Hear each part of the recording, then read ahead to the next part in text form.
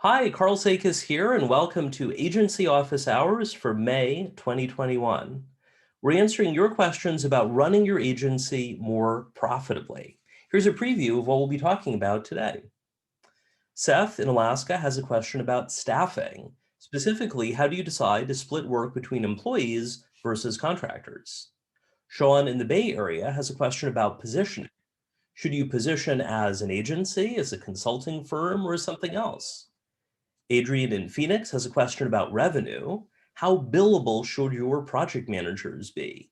And finally, we have a question that a couple people asked about scaling. How do you make time to grow the business while you are also running the business? If I mention your question, be ready to join. And if I didn't, but you'd like to ask a question in the future, include it when you RSVP, and I'll let you know if you are on the list. As usual, we are recording today. Don't share anything out loud that you don't want to become public later. And if you're watching live, you'll get a copy of this video within 24 hours. If you're listening live, please introduce yourself in chat, say hello, and meet your fellow agency leaders. Our first question today is from Seth in Anchorage, Alaska, about staffing. Seth, if you want to unmute yourself and see you're on screen, welcome. Thank you for joining. Thanks for having me, Carl. To paraphrase, here's the question you'd asked, and then we can dig in on it. You asked, how do I decide whether to send work to employees versus contractors?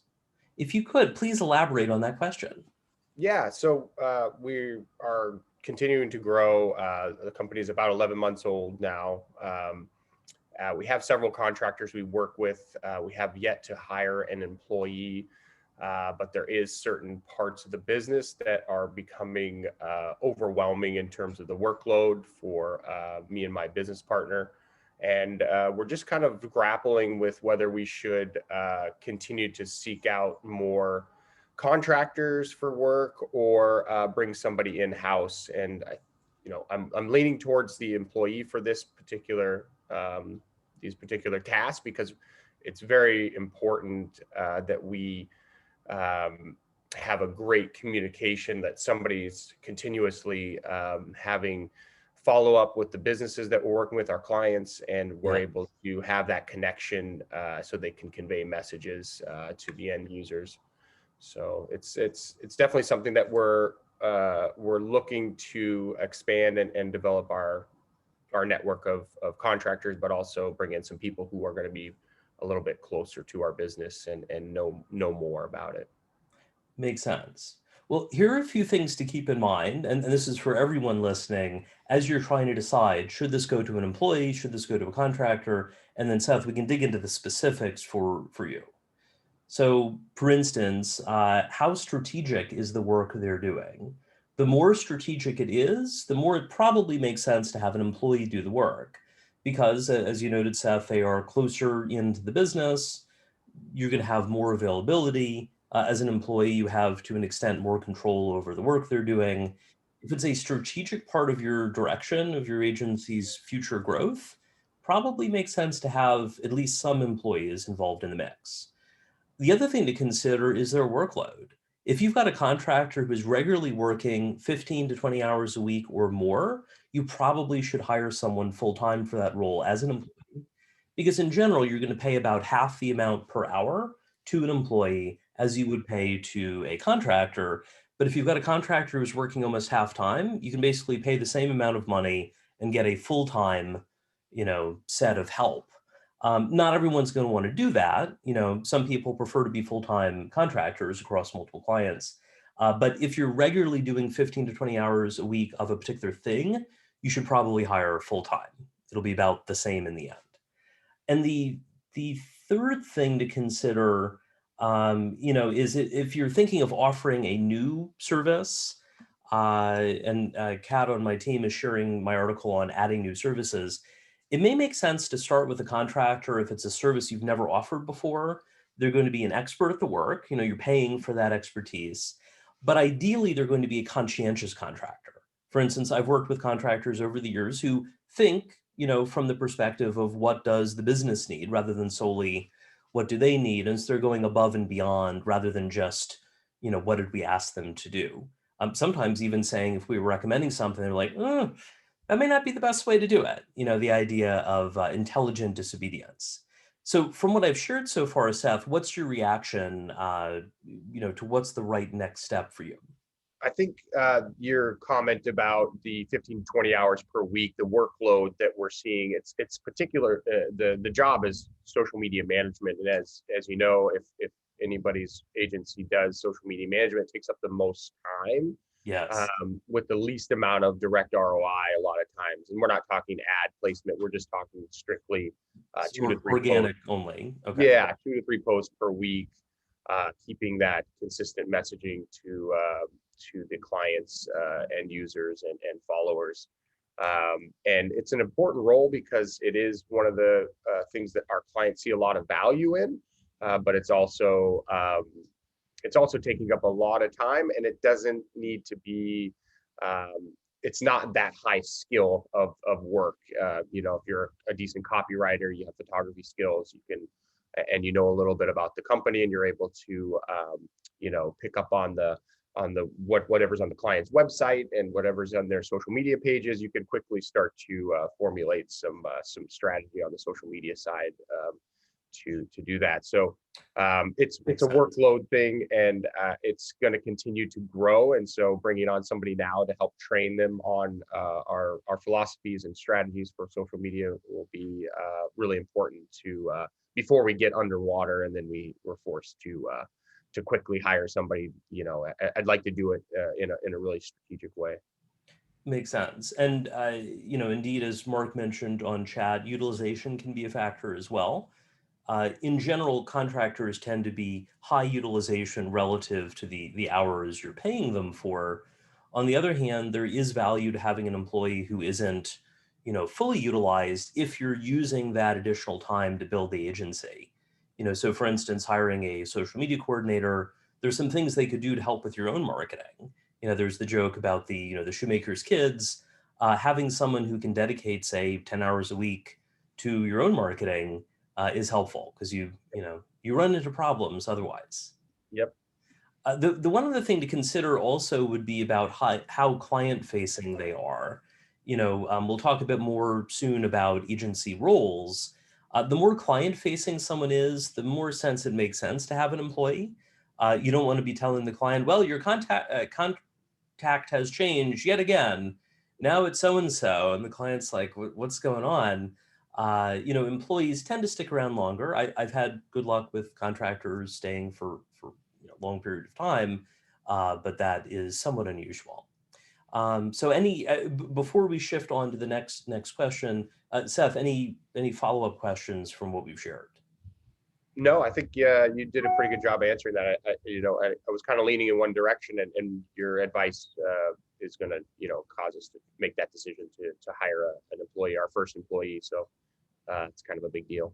All right, and be sure to talk to your accountant and/or HR advisor about particulars to make sure you're opening the relevant accounts for withholding and things like that. Yep. The We have a government will be we just brought on, so yeah, she'll be taking care of a payroll as well. perfect. All right, cool. Well, Seth, thank you very much. Thank you. All right. Well, next up, we have a question from Sean about positioning. Sean, if you want to unmute yourself, go ahead and bring you in. Thanks for having me, Karl. Absolutely, absolutely. Well, thank you for joining. To paraphrase your question, and then we can dig in. Sean, you asked, should we position ourselves as an agency, a consulting firm, a training firm, a hybrid, or something else? If you could, please elaborate a bit on that, and we can dig in and find the right answer.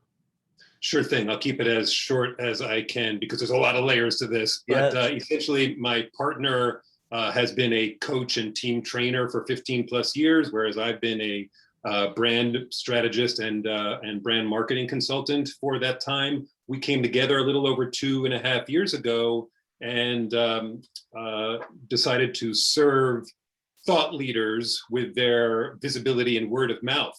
However, a funny thing happened on the way to the Coliseum. We then acquired another coaching and training firm. And my partner very much wants to continue to be in the room, where I'm more interested in setting up systems and ultimately getting into products.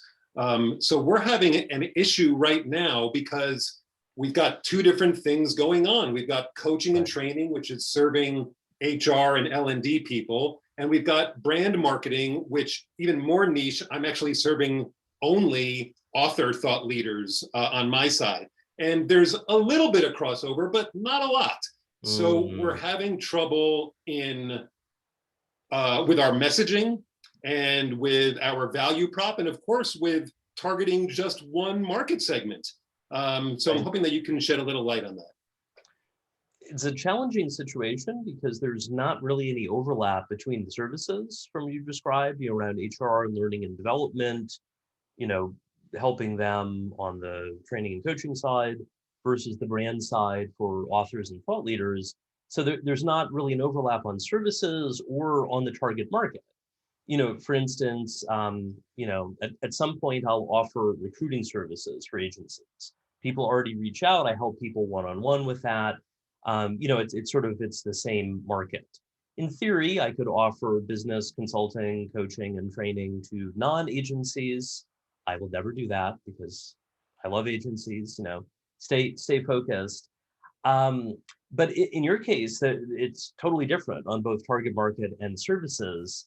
It sounds like, in a sense, this has evolved almost accidentally between your interests, your partner's interests. Because you've joined together, you're running almost two different companies. There's like the old joke about law firms where each partner has to bring in their own business and even buy their own furniture. Apparently, when you make partner a law firm, you pay for your own furniture. And the joke is that law firms are like, 10 different companies sharing a photocopier, except they aren't even sharing the photocopier because they have to put in the relevant, client billing code. So, I guess maybe a thing to think about would be, what do you see as the future direction? Is there a case where some of those services and markets might come together in the future? Or is it just the case where, it may stay separate? Yes, you prepared me with that question, and it took me a few days to come up with this answer. As I said, it was going to be a challenging one. Yeah. But here it is, Karl. I feel very strongly that if we can get into products, and a product can be, a weekend workshop in Tallahassee or things like that, where we're doing online courses and in-person trainings that are proprietary. I think that would be the catbird seat for us. And in that, is there a case where, for instance, your learning and development side might help in building the trainings for, say, the authors? And is there a case where people in HR want to build their profile as thought leaders? So is there a potential crossover at some point? I hadn't thought of that, but I think there is. On first blush, I think there is. Okay. That might be something to explore. Now, if you decide, if you and your partner, as you dig in, you're like, you know what, it's never going to really fully overlap. I think then you have to decide, do you create two different divisions, or do you potentially need two different brands? Because it's Karl, not a, oh, go ahead. I want to ask you about that specifically. I know we've only got a brief time, but the pros and cons of having two divisions of one company, we're less than 3 years old right now. Yeah. Well, I mean, it's easier to change it now than 10 years from now. And actually, I'm curious, for everyone who's listening live, from what you've heard so far, from what Sean has shared, like, share in chat, like, what do you think? Is this, split into two different brands, find a way to keep things under one brand, or potentially something else? It does seem, Sean, that there's not a clear overlap. If anything, it's mutually exclusive currently. And it is worth considering, and I see this as agencies look to expand into new markets. They're like, should we put the new market, the new target, new industry we're focusing on, that kind of thing, under the existing brand, or should we create a new brand? And that's going to be unique to each firm. It is worth considering that it is hard to run marketing for one brand. It's even harder to do it for two.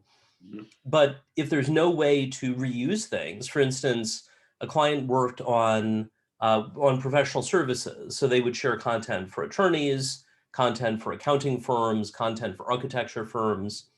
That's a case where there is overlap, right? They've got clients, they're paying for projects or ongoing help.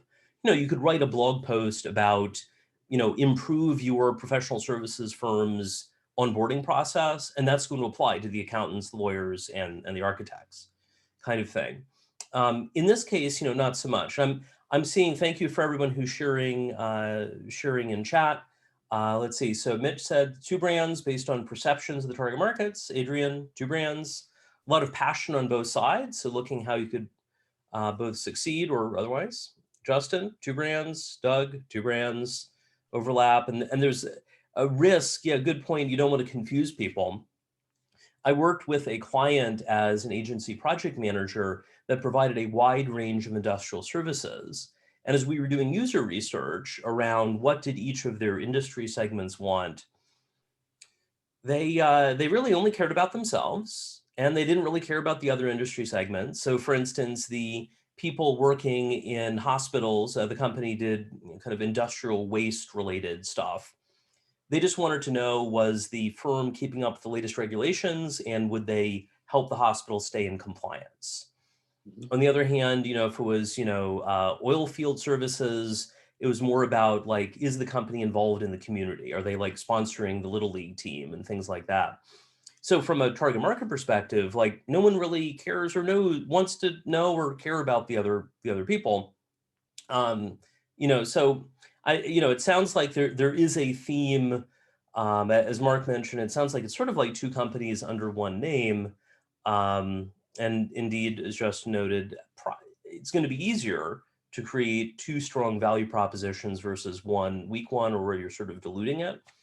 Now, Sean, you still have to decide, but the good news is it is going to be easier, as I said, now at 3 years in than 10 years in. So not an easy decision, but certainly as you sort through that, what's your reaction so far?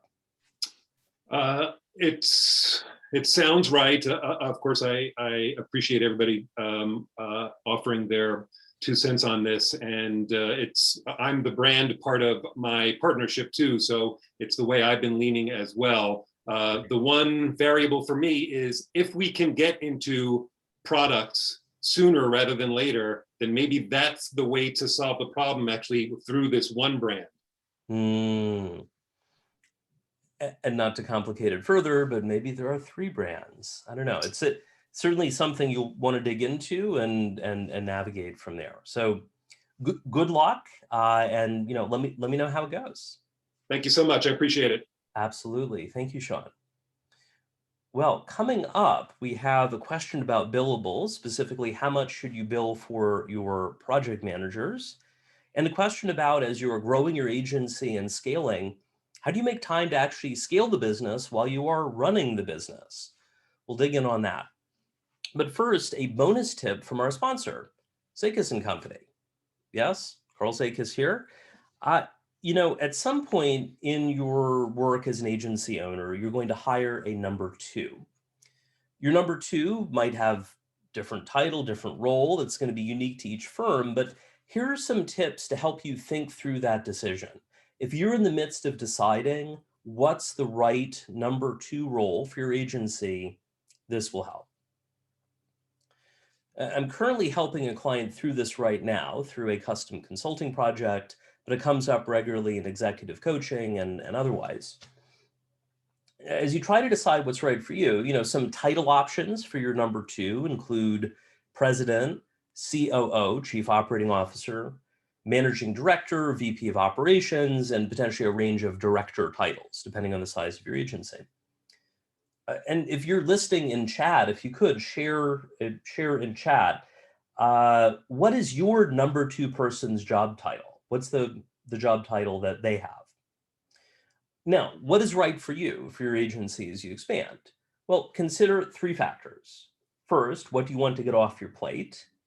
Second, your current agency structure. And third, what are your future growth goals? So first, think about, what do you want to get off your plate? Are you looking to delegate business operations, kind of the more administrative side of things, and you continue leading the team as a whole? Or, in that case, maybe it's a director of operations or perhaps a VP of operations. On the other hand, if you want to get almost everyone reporting to someone else other than you because you don't love managing people, in that case, you probably want to find a number two who is or is on a path to become president or managing director, right? Where maybe you're overseeing the marketing and sales side of things, and they are overseeing everything else. Second, beyond what do you want to get off your plate, consider what is your agency structure, both today and in the future. Whomever you hire, whether it's a promotion from within or a hire externally, needs to fit into the existing agency structure. And even if you're redoing your agency structure, which is something that I do a lot with agencies, and every agency is unique, I don't recommend suddenly changing everyone's job titles, right? People have their title, whether that was the title you'd give them now versus back then. People don't like it when you change their title unless it's, going up. For instance, if everyone else on the team is a director and those directors will be reporting to the new person, the new number two probably needs to be VP rather than a director. If they are VPs, they probably need to be COO or president or maybe managing director. And your job title impacts things as well. For instance, if you are currently CEO of the agency, they could be COO or president. Maybe if you are currently president of the agency, maybe it's time to give yourself a title upgrade from president to CEO, and then the new person is the president. And of course, you want to do a ramp up plan, which leads to the third point, which is about your future growth goals. If your goal is to step away entirely, then in that case, they might actually become the CEO themselves with you as the chair of the business, whether you're planning to sell or not. But I wouldn't hire someone as a CEO immediately, like as their starting title, their starting role. You want a ramp up plan. For instance, I helped another client recently create a ramp up plan for a key team member to become COO. He was already in a leadership role, and the idea was he would move into a new role, prove himself there, hit certain metrics, and then move up from there to COO, rather than just doing it overnight. And indeed, it worked, and he moved on up. On the other hand, if you plan to stay as CEO, or president, in that case, a VP or a COO or a managing director title might be just fine. Now, to recap, before we head into our next question from Adrian, the right number two title and role going to depend on what you want to get off your plate, what your agency structure is today and what it is going forward, and your future goals. If you'd like my one-on-one help figuring out the right solution for your agency, please get in touch. Visit sakasandcompany.com. All right, next up, we have a question from Adrian in Phoenix. Adrian, if you want to go ahead and unmute yourself, bring you in. Adrian, welcome. Thank you for joining. Yes, thank you for having me. I'm super excited to ask my question. So our question is, how much time should a project manager bill each week? What is your recommendation? A few things to keep in mind. And first, I'd start by getting, for you and for everyone listening, getting on the same page. What is a project manager? Project manager, having been a project manager, is something of a catch-all title. My colleague Kat is sharing on chat about the 6 agency roles. PM is one of them. We've got account management, project management, your subject matter experts, strategist, biz dev, and support. Project management is primarily about getting the work done smoothly and profitably. It's mostly internally facing, but depending on the size of the agency, they may well be client facing, either as the primary contact, kind of they're wearing their account manager hat, or more in the background with an account manager leading the relationship. But ultimately, the PM's job is to get the work done as smoothly and profitably as possible. And it's a challenging job because, if you get everything done smoothly, it's like, great, you did your job. And if something goes wrong, it's your fault as the project manager. So, you know, the ideal project manager is someone who thrives on turning chaos into order over and over and over again. You know, and if someone's good at that, they will have job security forever. So how much should they be billing? As a general guideline, I recommend that a PM be billing about 20 hours a week. In practice, that's going to run from 20 to 25 or so. If they are much lower than 20, if they're in more of an operations-oriented role, more internal, that could work. And if it's well above 25, they're probably going to struggle to get things done because they're juggling too many things. So PM, probably 20 to 25 hours a week. That's assuming that they are working 40 hours a week. So like, you know, 40 hours plus lunch breaks, that kind of thing. And keep in mind that all of the work a PM is doing for a client is going to be billable. If it benefits the client needs to get billed for it. That includes work internally coordinating, that's also work that the PM is doing externally with the client. And that also includes internal stand-up meetings and things like that, where you're talking about scheduling and things like that. So Adrian, questions from that summary? Yeah, that's actually 100% on track with the way we have things set up. My only follow-up question, and this may be too in-depth for this discussion, is we have internal departments. So we have design and development, we have social media, and we allocate the hours. So if a project manager is supporting design and development, we're billing towards that department.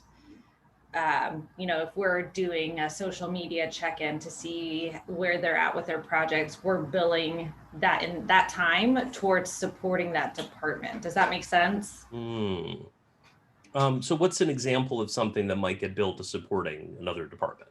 Okay, yeah, great question. It would be a stand-up meeting. So we're meeting with all of the developers and we're kind of going through their status of the work, where they're at.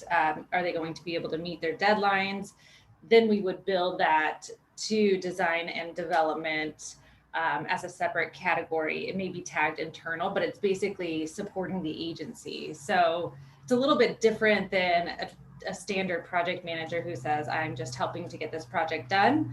It's also, I'm meeting with the group to make sure everybody's getting the work done. It's not just about one specific project, if that helps clarify.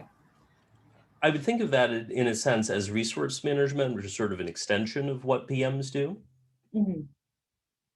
Yes, exactly. You know, kind of everyone. And I would, in that case, still bill the clients on a prorated basis. Oh, I like that idea. You know, so if 5 clients come up, everyone gets at least some billables. Yes, yeah, I like that. That's great insight. Thank you for sharing that. And so we had a question from Mark in chat. Why does a project manager need to be billable versus pure overhead? I mean, certainly if you don't want to bill for the PM, you don't have to, but the work is benefiting the client, so I would recommend charging for it. And then Karl, I have one question that popped in my head, Saul, that we had time for a little question, is that right there. So from Mark, do you include your PM time as a separate line item, or is it baked into the project? Currently, for every quote that we prepare, we bake it into the project. So wanted to hear what others do in that case. Yeah, I mean, it's potentially a range. You could bake it into the existing quote. You could do line items for project management. Clients don't always love paying for a PM line item, but the reality is it needs to happen. You know, seeing some other people sharing, if you got bake it in, embedded in the prices, that kind of thing.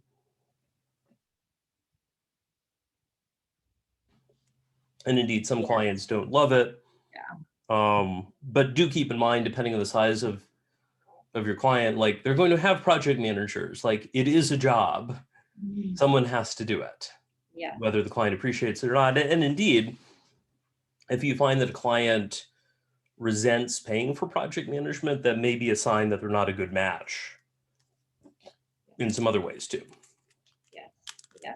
because a strong project manager will make a huge difference. We have learned when we have them stand a little bit back or we have them highly involved, the end result is so significant that, so we do bake it in, and I think we'll continue to do it that way, but I appreciate the additional time. Yeah. And there's also a question of how much to bake in, whether it's a line item or handled in a combo way. And my recommendation would be take all of these subject matter expert work, design, development, strategy as well, and add 20 to 35% for project management and account management. That's for the internal coordination and also the client-facing meetings. 20 to 35%, that's a pretty big range. It depends on how needy the client is and a few other factors around that. But ultimately, if you do that, you're going to get paid for all the work versus doing work and not getting paid for it. And then, of course, keep adjusting that percentage based on what you know about the client's history and also what you know about your trends in general. So Adrienne, any other takeaways from what we've discussed? No, that's extremely helpful. Our project manager's billable goal is 20 hours currently, but so I think we're on track. So good news, good deal for us. Awesome. Well, good luck, and let me know how things unfold. Absolutely. Awesome. Thank you. All right, and some of the questions on chat a bit about retainers. Project managers can work on retainers as well, and indeed should, making sure that you're getting the work done.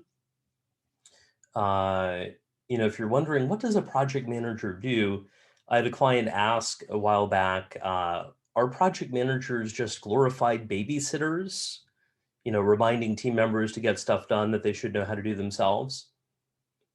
Well, whether they're a babysitter or not, the work needs to get done. Now, ideally, your team will take the initiative to get things done without someone reminding them. But as you've seen yourself, it is hard to do the work and manage yourself on doing the work. That's probably why you have an assistant, why you have other people on your team helping you stay on top of all of that. So, people need help. We all need help. Even as I help my clients stay on track, and I've been a project manager before at agencies, I have team members helping me stay on track. So it helps to have that person reminding.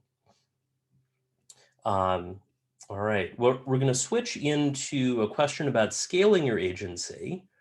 And it looks like we will have some time for at least an additional question or two today. So we're going to switch over actually back to Seth again. This was a question we got about scaling your agency from a couple agency owners. Victor in Mexico City asked as well. He wasn't able to join live, but since Seth had asked and is here, Seth, we're going to dig in on answering it for you. Thanks, Mark. All right. So to recap, the question that we have, Seth, is around scaling and finding time to scale. So to paraphrase, here's the question. As my business continues to grow and I get busier and busier, how can I step back to scale in order to continue growing? Seth, if you wanted to elaborate a bit on that, please go ahead. So yeah, we're at the point now where we have 24 clients on retainer, and our business model is based on long-term marketing strategy, content development, as well as ad placement and then maintenance of all the marketing assets. So most of our clients are on a 12-month contract, ranging anywhere from $1,000 to $2,500 a month, and it's becoming a challenge to manage all the different things that need to happen, because when we come to our clients, we come with very specific deliverables in the first 3 months, and then the maintenance side starts to get a little bit. The work eases up a little bit, but it's also consistent. So that's where social media management and content development, things like that have become, a lot on top of meeting with clients and then bringing on new clients as well. We're on track to bring on 2 to 4 clients a month. currently, and I could see that getting overwhelming quickly, and without the proper the proper framework and infrastructure and foundation in place. I think it could become a little bit overwhelming. So, any advice you have on how to best scale now, right now, what we could do, and then thinking ahead towards the next, I don't know, 12 months, 8 to 12 months, or 2 to 5 years, whatever advice you can give, much appreciated. There are a lot of moving parts. And first, congratulations on getting to 24 clients in 11 months. Like that's obviously sales is working smoothly. Yes. And, of course, now what?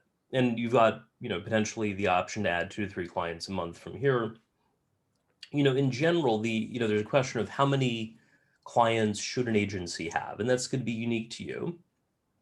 But ideally, most agencies tend to be profitable with between 10 and 20 active clients. And the challenge is that if you get above 25, it becomes hard to juggle them. You tend to get into a client dilution problem where you've got clients that are taking up a lot of time, but they might be like 0.5% of your revenue, but they demand, 5% of your team's time, that kind of thing. It is not impossible to succeed with a high number of clients. For that to work, though, I tend to see one of 2 models: either highly productized, where you've got a lot of automation, there's not a lot of personal touch with the team and each client.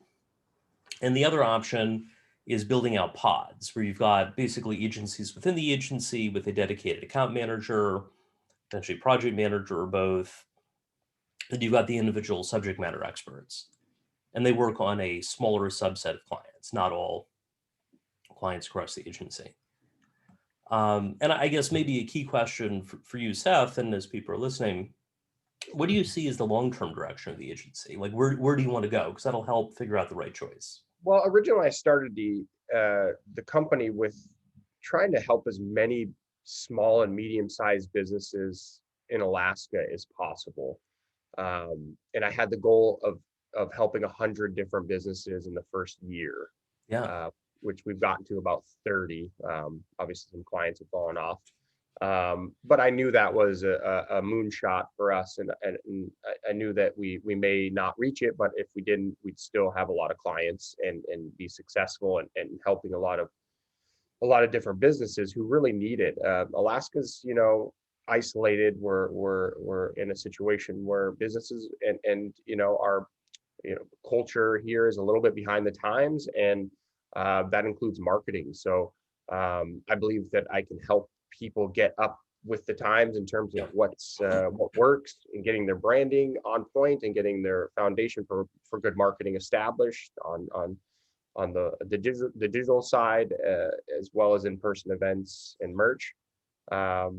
But it's becoming obvious that either I need to quickly start creating some kind of funnel for getting marketing employees starting in the business, and to get to those numbers, or I just need to, your advice about the 10 to 20 clients, maybe I just decide, like, I cut out all the clients that aren't really doing much for me or demanding the most time, and probably the ones spending the least amount of money, and really go after clients that are higher value and easier to work with for the long term. I mean, that makes sense. And that also raises, as you're thinking about hiring, one of the roles to hire might be a project manager who is going to be billable, in part of what they're doing, but they're also going to be building out systems and processes to help delegate work out to others if you go the more productized route. If, on the other hand, you prefer to do more of a smaller core set of clients, you can do a concept I call strategic churn. That is, you bring in new clients that are designed to replace existing clients. So if a client is spending $2,500, you might say, hey, our new minimum is $5,000. Yeah. If you can go to 5,000, we're glad to keep helping you. If not, we understand. We can give you an extension for 3 months, 6 months, what have you, but then, we need to refer you elsewhere. So either of those approaches can work. Given your interest in making an impact on a larger number of businesses, it probably makes sense to lean on the more productized side, though you can still make an impact if you do strategic churn with a smaller client count. If you're also doing speaking, information products, other sort of lower cost or even potentially free things, Yep. I So have at this point, oh, go ahead. Doug asked a question about how much have we productized, or can you productize your services? And we've definitely, my partner and I have definitely gone over the workshop concepts to charge $199 or some sort of workshop. Yeah. Best practices for social media, simple things like that. But yeah, the churn thing, that's really something I've been thinking a lot about. And I know my services are we're undercharging because we're so new, and we needed to get in the market and show that we can do what we're doing. And there's the majority of my clients are more than happy with what we're doing, and I know they would pay more for it. We just need to create a system and maybe that what do you call it, the churn?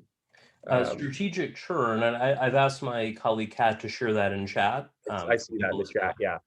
Yeah. So that might be a great direction for us. So I'd like to learn more about that. And by the way, for you and everyone listening, strategic churn works regardless of your overall growth goals. If you've got a client who's really annoying, find a client who has more money and replace them. Yeah. Or, also depending if you've got a client who's really annoying, take a look at what their revenue impact is and what the profit impact is.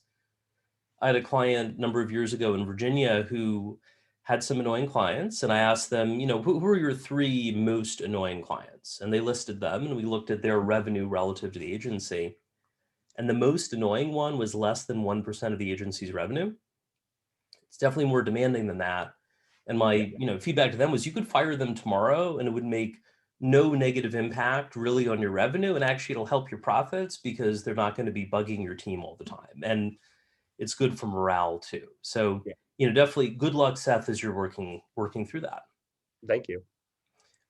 Kat, I believe, so we have time for another question or 2. Do we have any questions that we could help with? Yes. I'm just scrolling back real quick. Sure.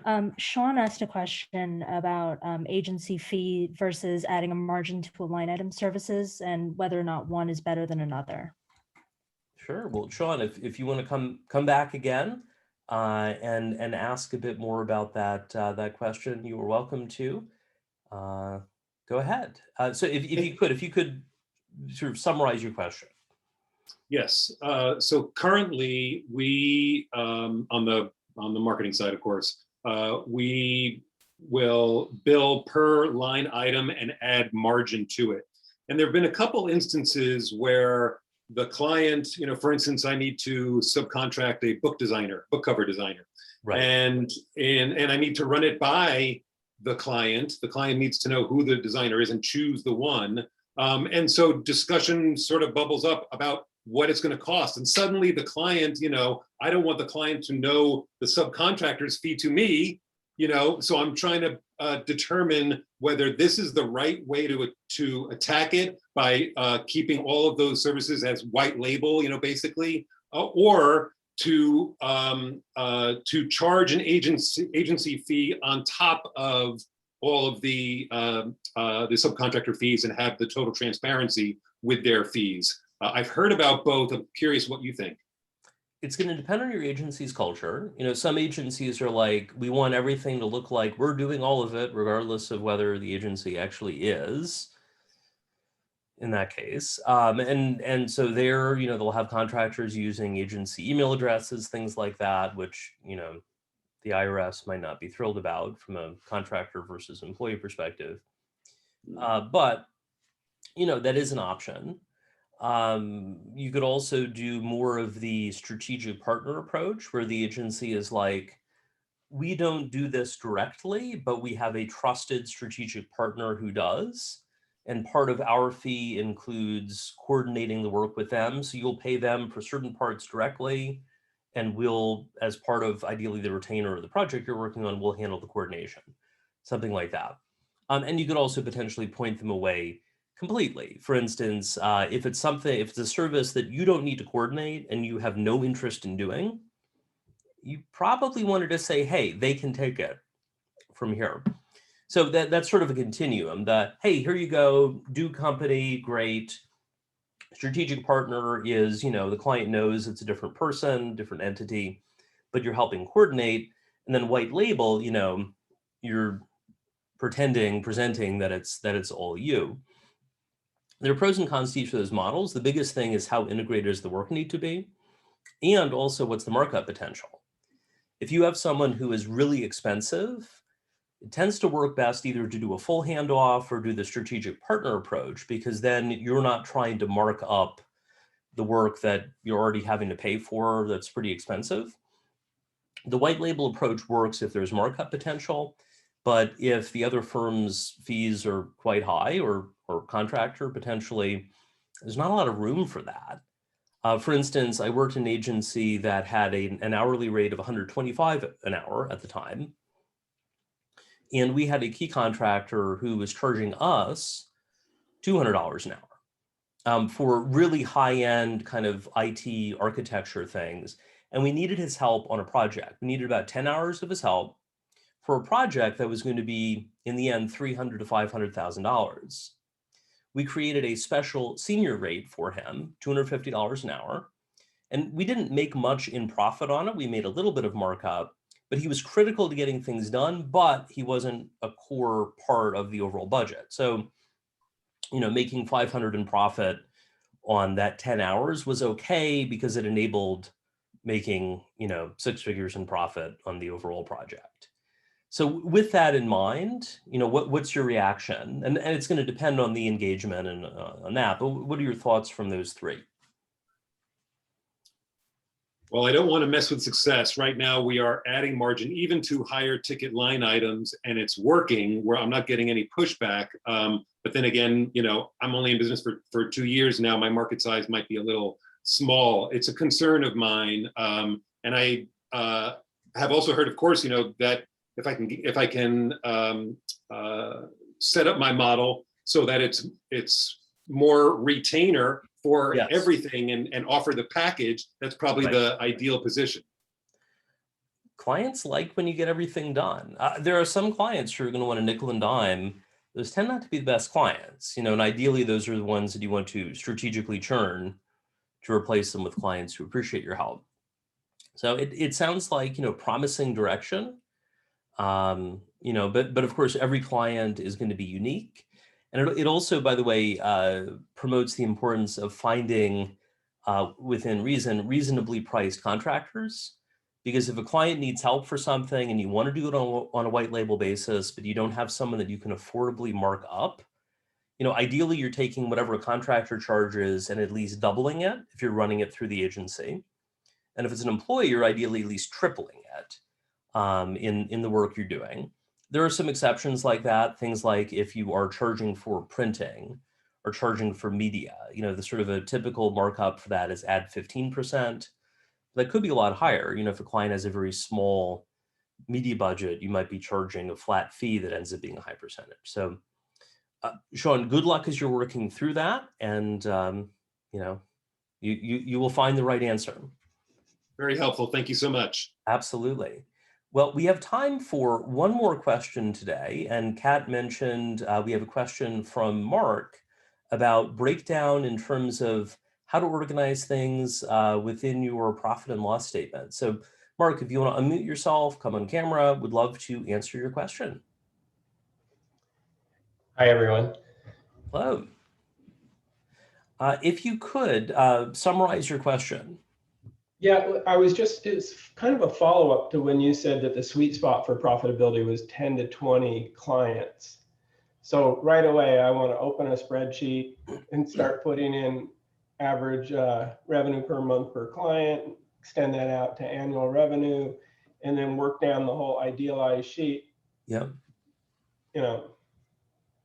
and kind of make that a target. Makes sense, and do some modeling to see how that goes. A client recently mentioned that he had some legacy clients that were paying, less than half of his new entry level, starting pricing. And one of my questions was, are they profitable? And in his case, they were. They were basically going, there's a lot of momentum and they didn't require a lot of servicing. On the other hand, I have plenty of agencies where, there's some tiny clients that are taking up a ton of time, often because they're long-term clients that were used to extra help as the agency got started. And Mark, as I'm looking at the question in chat, I saw you mentioned, is there a standard percentage for what to use toward employees, toward contractors, toward other expenses, profit? Yes. So here are my guidelines in general for agency profit and loss statement. If you imagine a pie chart where 100% of the pie chart is your services revenue. Mm-hmm. So ideally, your profit margins, net profit margins, are going to be 20 to 30%. Above 30 is hard to sustain. Below 20% typically means that you've got some profit leaks. There's some opportunities to get profits a bit higher. Now, what about the remainder of that? The rest of the 70 or 80%? Well, ideally you're spending 50 to 60% at the most on labor. Now, labor includes three things. It includes employees, kind of all of their compensation, ongoing contractors. So that isn't necessarily a project-based contractor, but if you've got a contractor who's doing 10 hours a week every week, I would count them in your ongoing labor in that 50 to 60%, and owner compensation.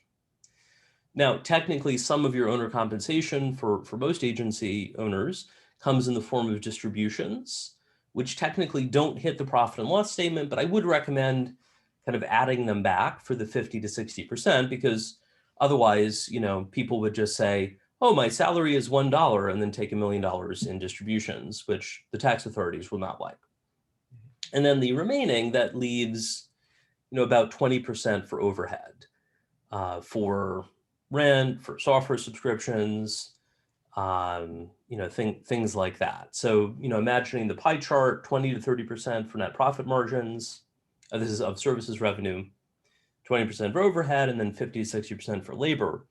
And whenever agencies are like, oh, well, my net margins they aren't at least 20%, they're 15% or 10 or 5 or what have you, almost always they are overpaying for labor relative to their revenue. So that's a key place that I recommend people look. Mark, what's your reaction to that? Yeah, I like the idea of putting the distributions in the labor column because my profit margin's high. I have a low overhead business. It's always been virtual. We're in our 11th year, but there's a reason it's high, right? Because I don't have my distributions in there. So I'll play around with it that way and see if I end up in your target margins. Excellent. And I have some additional articles on the website. If you can't find them, email me and I can help you track them down with more on the benchmarks. Thank you. Absolutely.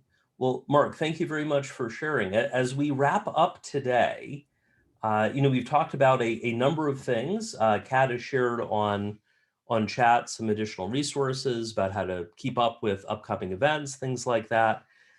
This is every second Tuesday of each month in this same time slot, or if you're watching the video, go ahead and subscribe to get future updates. Thanks for joining. And if you'd like one-on-one help, please reach out at the Sakas & Company website, SAKAS, the word company.com. And glad to chat to see if it makes sense. And if I'm not a match, I will point you in the right direction.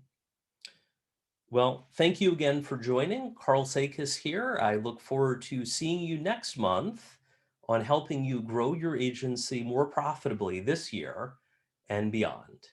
Thanks.